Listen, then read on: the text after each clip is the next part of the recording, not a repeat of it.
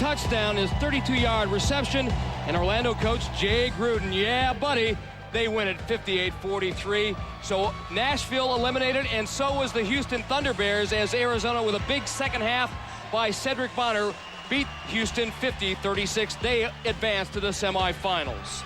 Also on the one other game tonight, Albany and New Jersey. That's going to get a late start tonight, about an hour or so late. The officials are arriving late. Their plane was late, and they'll get to the game a little past the time, so they'll go about an hour late.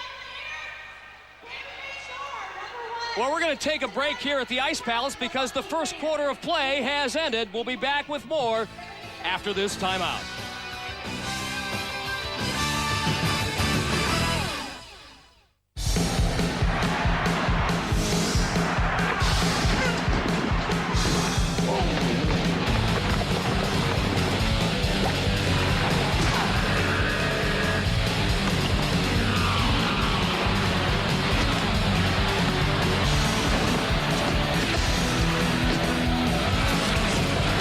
If you're not playing to win, why play at all? ESPN, we always win.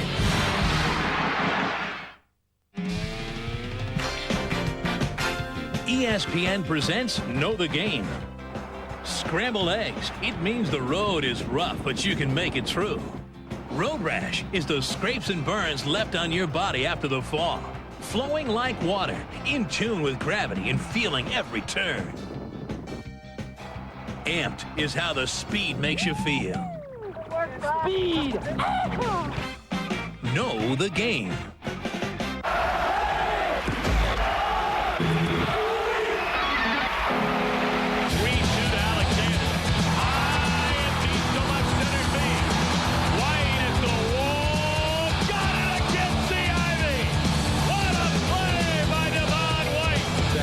Shallow, shortstop out, and there's a little collision. Renteria. High fly ball down toward the corner and right, locked into foul ground. Johnson, he brings it down. Drills on the right field. Manny Ramirez. Play by Manny Ramirez. That's it hard. Left center field.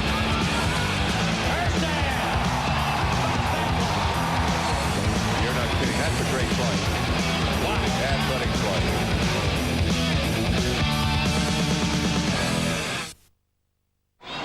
The Arena Football League quarterfinals. San Jose trailing the Tampa Bay Storm 21-7 as we begin the second quarter of play here from the Ice Palace in Tampa. And you saw the scores so far. The seeds holding court. The number 3 seed Arizona Rattlers win, and number 4 seed Orlando Predators win. The games for next week and who is at home will be decided by tonight's games, with Tampa Bay being the 1 seed and Albany the 2 seed. As long as Tampa wins, they keep coming here. This man wants to change that. Todd Shell is doing his best to interrupt that drive for 5 by Tampa Bay. They need that big defensive stop, Mike, and so far they haven't been able to come up with it. Well, yeah, and as you said, they've been stopped twice with the fumble that was returned for the touchdown, now the missed field goal. And you're going against the best defensive team in arena football and the best offensive team in arena football, ranked number 1 on both sides of the ball. You can't afford those mistakes. Tim Markham, well, he won't crack a smile until this game is long over. He knows he has a mission to complete, and that's to win Arena Bowl 12. Peter Tom Willis on the night, 6 for 9, 80 yards and 2 touchdown passes. And they're doing it from the most dire of field positions. Every possession has begun inside the 5. This one on the 5. First and 10. Storm. LaFrance, you see that often in this league. That high motion man will abruptly stop at the line of scrimmage, and usually, and in this case it worked, San Jose jumps offside. Well, I think Peter Tom also saw that San Jose's Ron Lopez was pulling his guys offside. Says, oh, I'm gonna do a little bit of the same. Little quid pro quo, as it were. Quarterback bobbed his head. Illegal procedure, false start. Penalties half the distance. Wow, there they go. Finally got the quarterback for this. The hard count. You're not allowed to bob your head or move your shoulders. Peter Tom Willis went with the hard count. And how often do you see this, Mike? Tim Markham and Todd Shell like they're within inches of each other's face. They were there momentarily anyway. The coaches are allowed to roam on the sidelines. Listen to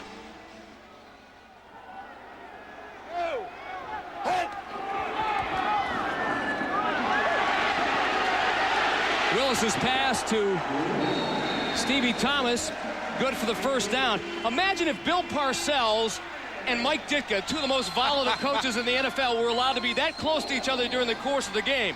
There would be some fireworks. Look at this. I love it. That is something, boy, I tell you. And these are two hardcore coaches. I don't think that they're exchanging pleasantries at this point. Go! Hey!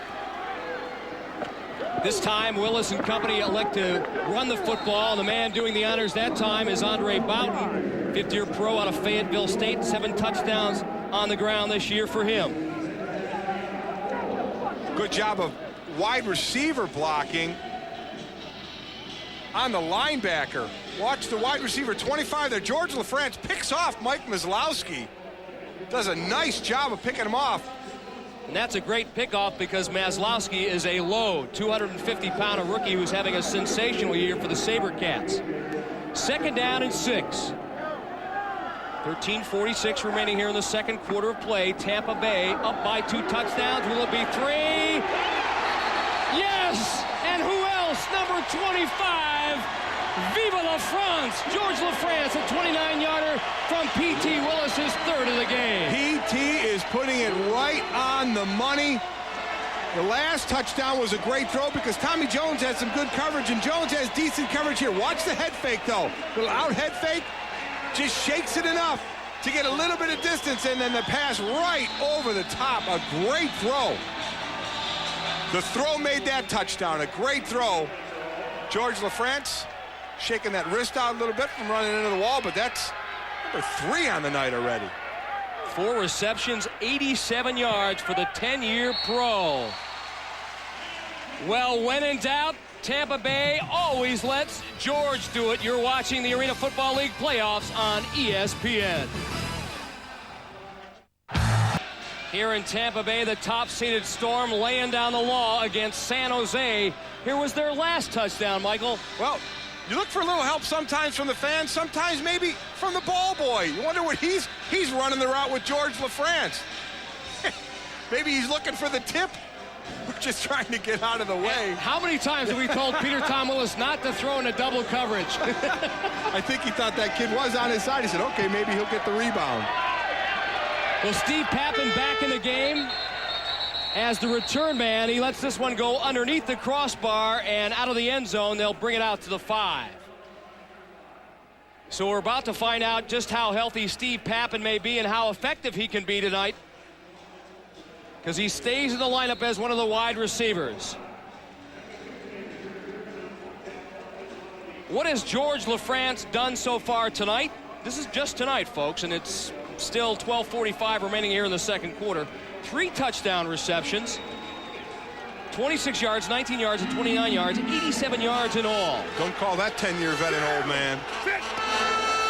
Lopez, the quick drop, and there's that front 5 you talked about at the top of the show, Mike. There's one of the members of that team, Andre Bowden, number 30 with the tip. This line and linebacking core is so good for the Tampa Bay Storm. Again, not a lot of technique. They'll run over you. They'd rather run over you than run around you. Good job that time by Bowden. Getting his hands up, following the path of Ron Lopez. Nice inside look at the San Jose huddle. We don't get a chance to see that often. I'd like to be there. Not down 28-7. Shalon Baker is the man in motion running around in the end zone there. Lopez looking for Baker, wide open at midfield. Tackled by Dowden. Corey Dowden, number 80, who was just added to the roster this week. Well, Shalon Baker is going to be the motion man now. Talking to Todd Shell before the game, because Pappen was playing some defense and returning kicks, they don't want him to be in that high motion man because they figure that's going to wear him out. So you see Shalon Baker, he'll be the motion man. So he is the offensive specialist now and will probably be Ron Lopez's go-to guy unless Pappen can get back in the flow of this game. He was out early with the neck injury. This man is only 5'6", but let me tell you, he packs a wallop with a 176-pound frame. Lopez with a man in his face gets the ball off to Melvin Phillips. Big Melvin trying to break a couple of tackles. He has broken a couple of tackles, and oh, Kenny, he almost pulled 4 Tampa Bay defenders into the end zone. A gain of 21 yards for the 6'6" rookie out of Texas A&M at Kingsville. Well, I tell you what, Mike, if I'm a referee, I give that kid the touchdown. Yeah, no kidding. That was just a fantastic effort on his part to get in the end zone. Right when San Jose needs it most. Personal foul, number 43 on the offense, 8-yard penalty, remains first down. Well, they had it at the 1. It's going to go back to the 9. Mike Mislowski came down to try and get a late block. Let's look at the pressure by Willie Wyatt first.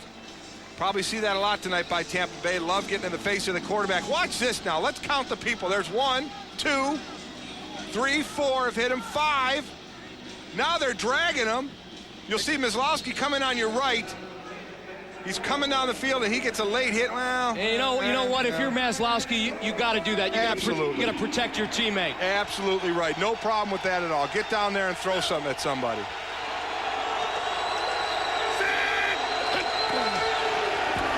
They're going to Shalon Baker, the Spud Webb of the Arena Football League. He's built so low to the ground. And once again, it took more than one Tampa Bay defender to bring down the San Jose SaberCat. Yeah, we talked about how tough he was, and we also talked about Tampa Bay's defense and how they love to hit, and Shalon Baker is down. He almost did the complete splits, but stayed on his feet and then just took a head-to-head shot from the Tampa Bay defender. See, quick pass out to Baker, the go-to guy right now. Tries to make that spin move, takes a hit here, stays, and then Johnny Harris just levels him with a forearm right to the face. A good, clean hit by Johnny Harris. Shalon Baker, trying to get those extra yards, was just a sit and duck. He actually dropped the ball. He actually dropped the ball, and as he was scooping the ball, Johnny Harris just came and laid the leather to him. Again, Shalon Baker just 176 pounds. Johnny Harris 200. Watch the end of this. He's going to drop the ball. He goes down and starts to pick it up and then starts to look back up the field, and Johnny Harris does what you're supposed to do. Tries to lay out the player, and he does. And we'll make sure we check on Shalon Baker, see if he's all right. Johnny Harris is concerned. As is Todd Shell. We'll be back with more in a moment. The Senior PGA Tour presents the 1998 American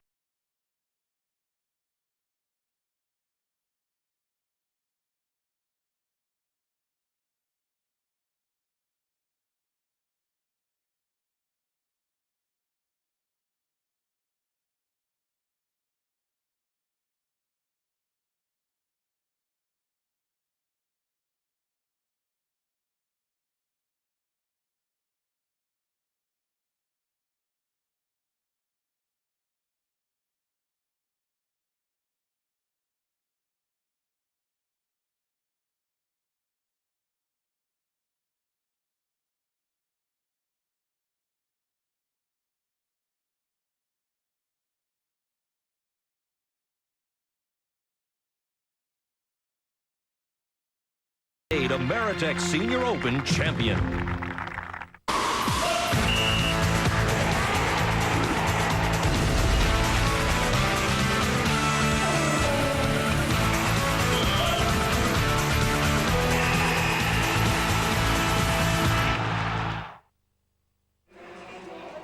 The Arena Football League quarterfinals move on. Tonight, Tampa Bay with a 28-7 lead over San Jose. 10:22 remaining in the second quarter. Ron Lopez having a better drive this time around, 3 for 4 and 49 yards after his first 3 drives were just 2 for 6 and 47. Second down and goal from the 4. The inside handoff to Mike Maslowski. And it's pig time here at Ice Palace. Robert Pig Goff, a rookie in the Arena Football League out of Auburn, but a man who's been in the NFL. Boy, this is a guy they are loving to have. 285-pounder. He's right here. He's just coming right down the line. to make that tackle. Been on 3 teams in the NFL, and Mike, he wants to go back. He's only been in uniform for Tampa Bay for 2 games, 6 tackles, 3 sacks. 3rd and goal. Tim Markham is right at the yard marker, exhorting his defense on. Lopez. San Jose needs a score, and they've got it. Steve Pappen working against last year's AFL Defensive Player of the Year, Tracy Perkins. Pappen comes through in the clutch. Well, they need Steve Pappen to step up right now. We'll have to see just how much that neck injury is affecting him. A great throw by Ronnie Lopez again on an out route. Very difficult when you're throwing to the outside of the receiver.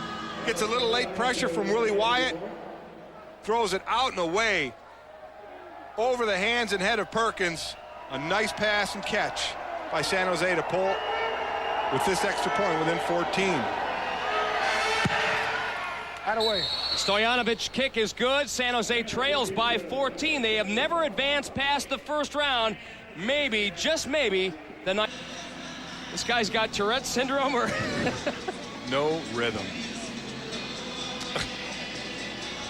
Somehow I knew this guy. He looked like a Nelnick.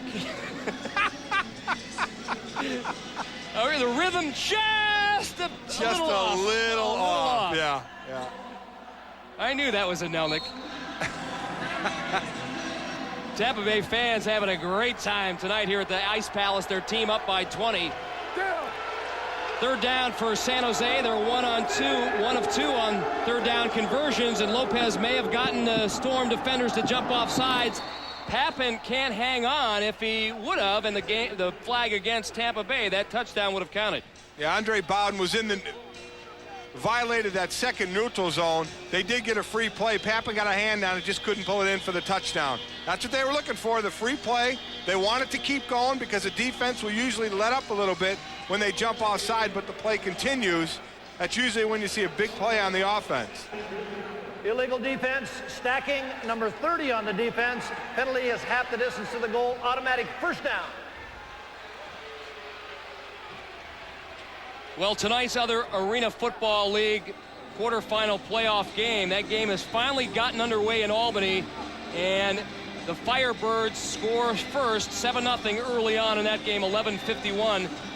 We have heard remaining in the first quarter of play. The Firebirds on top. And again, Albany the 2nd seed behind Tampa Bay, so if Albany wins, they'll have another home game, as will Tampa Bay if they're to win.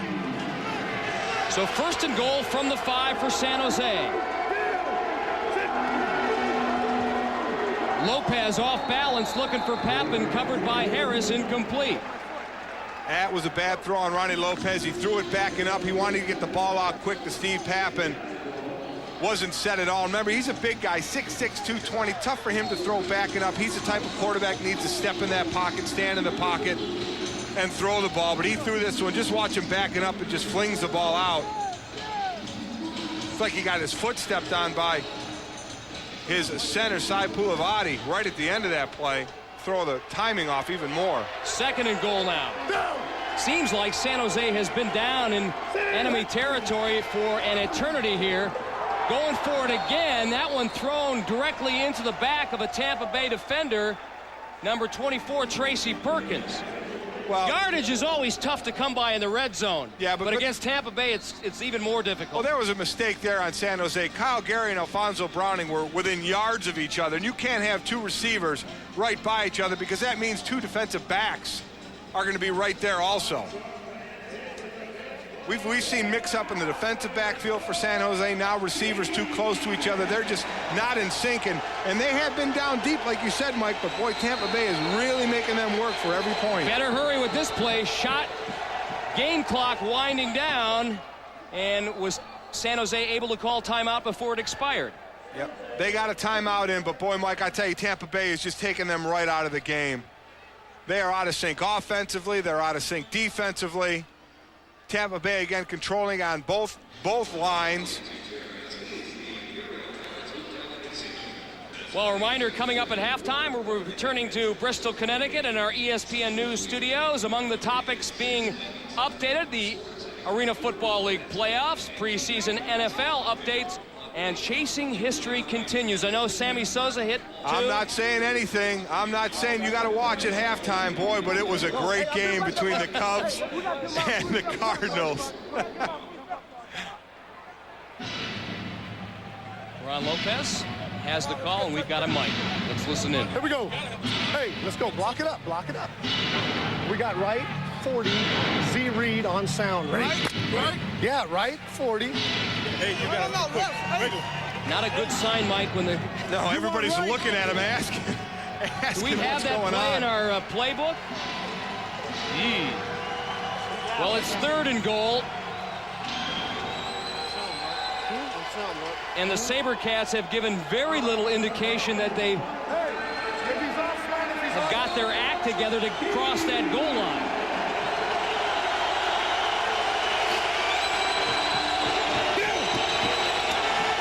Lopez, the Browning, the alley-oop play in front of Johnny Harris. Tampa Bay's best defender, touchdown right when they needed it most. Well, you saw him try to go to Pappen a couple of times. Steve Pappen just 5'10". Alfonso Browning 6'2", and when you're down in that red zone, you're going to throw that high pass. You want to go to your tall players. And they go to Browning, lay it up there, and let him do the jump ball, and he does and comes down with it. That's a big touchdown to keep San Jose in this one. Billy Stoyanovich on to attempt the PAT.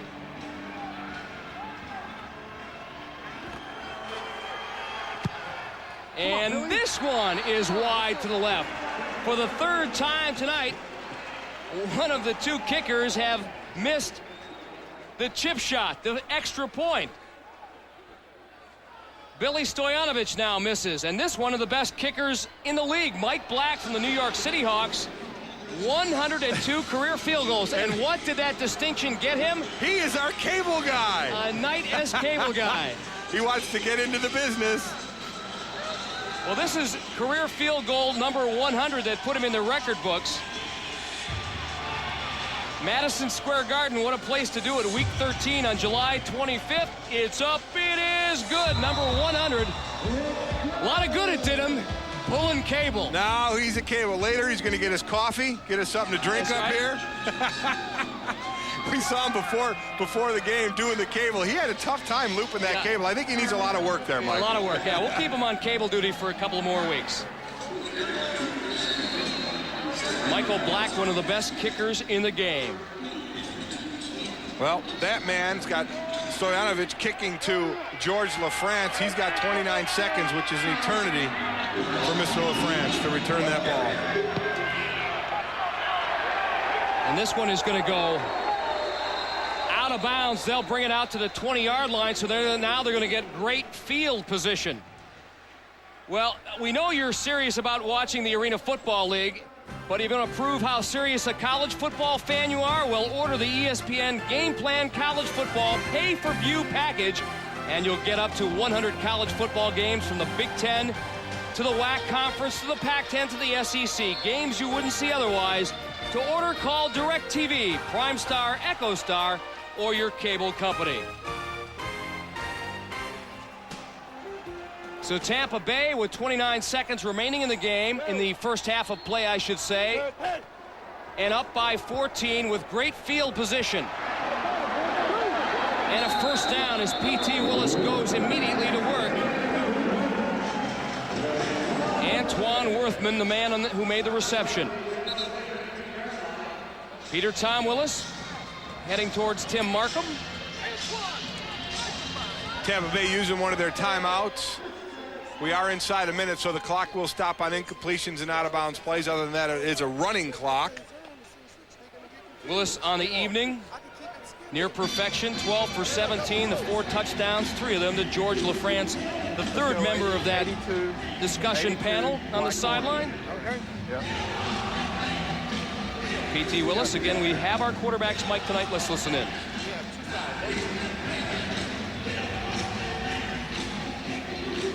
Be ready for the ball quick, okay? Telling his line Hey, don't listen to watch to him. the stunt. Peter Tom, who backed up Jim Harbaugh as a member of the Chicago Bears. He played black, beat him inside, look quick. Let's go right yo-yo. 82, white corner on 2-on-2, Ray. Now watch George LaFrance. He said if he's playing back and you beat him quick to the inside, look right away. Pat McGurk, number 4, is on him. LaFrance going to the corner. There's McGurk on the coverage and almost had the pick. What a nice play by Pat McGurk, and George LaFrance pleading his case to the referees, saying, listen, my jersey isn't over my shoulder pad for any reason. He said McGurk did that. See, he's running the corner route. McGurk, a great job getting that left hand up and knocking it away. What a great, great pass defense by Pat McGurk.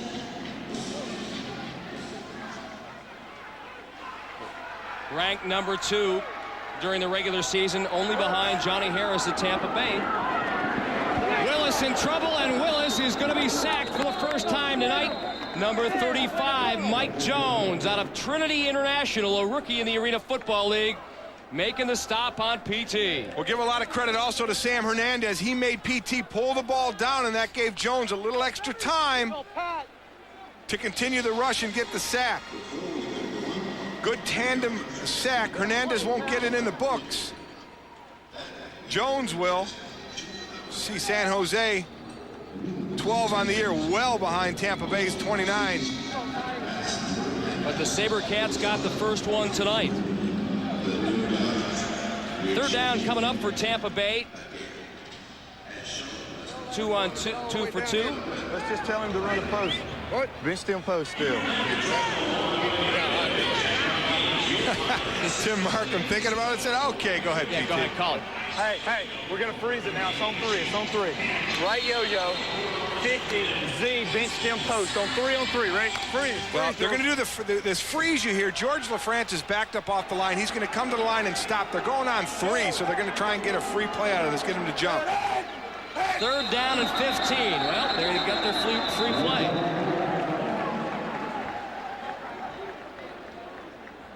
That's a smart call because San Jose is coming off the sack, so they really have their ears pinned back to try and put another one on it. Start. Number 23 on the offense. 3-yard penalty. Remains third down. Well, he called it on 3 and got his own guy. Antoine Worthman got the defense to jump. Let's take a look and see if... Well, there's LaFrance. There's the freeze motion. What he goes to the line and stops. Defensive linemen are timing that motion, and when it stops, it really throws them off, and that's when you see him jump. The referee saying Antoine Worthman, number 23, also moved. In that instance, the penalty always goes on the offensive side. Tampa Bay penalized for the 9th time tonight. Willis going for it all. He's got Samuels open, just overthrown. He had a step and a half on Tommy Jones and got a paw on it. Just a bit too far by PT. Well, Willis had a lot of time in the pocket for this to develop. They tried a crossing route, maybe to try and pick off the defenders. San Jose was in man coverage. Tommy Jones stayed on Samuels, but Samuels did have a step on him. So with 7 seconds remaining here in the first half, on 4th and 19, they've brought on Bjorn Nitmo to attempt a 43-yard field goal. Remember, the nets are live. If he misses it and it hits that net, Steve Pappen is back there to return it.